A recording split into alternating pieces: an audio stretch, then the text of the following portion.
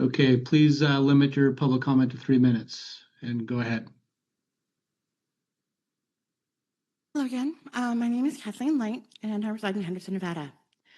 I wanted to explain the personal toll and collateral damage involved in public records cases.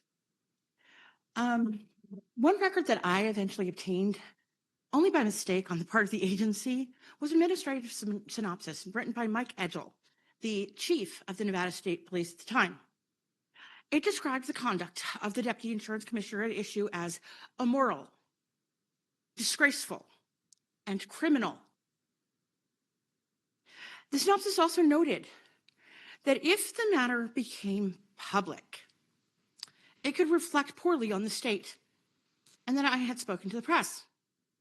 Police knew that because I allowed them to search my phone while they were interviewing me. The press was waiting for an arrest before running the story. There was no arrest. Thus, there was no story. That former Deputy Insurance Commissioner was asked to resign shortly thereafter with a neutral reference, according to public records. He went on to be an Assistant Attorney General in the state of Vermont. He was again asked to resign based upon my very credible allegations shortly after he went there. His disbarment due to this matter is currently pending in Vermont.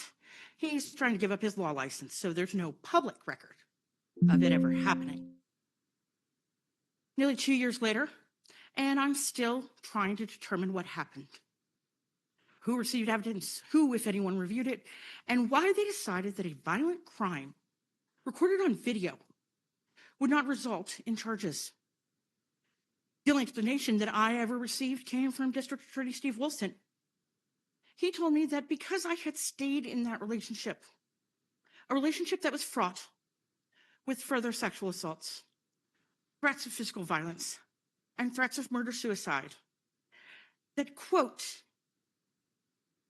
his office could prosecute men who raped prostitutes, but I stayed with him. Under Nevada law, that does not negate my screams that night, nor should it.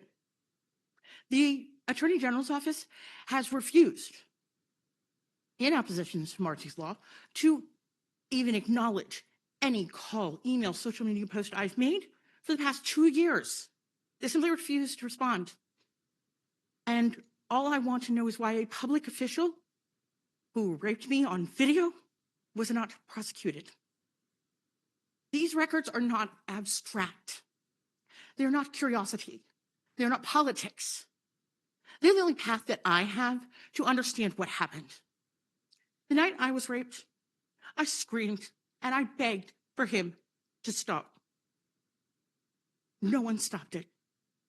Now I'm still screaming through records requests, complaints, court filings, and hearings. These are not public records to me. These are my records. They're how I'm trying to understand why I was not heard that night and why I'm still fighting to be heard by the Attorney General now. Now, this body has been entrusted. Ma'am, if you could please wrap up your comments, you're over 3 minutes. Okay, You can submit comments in writing as well if you'd like.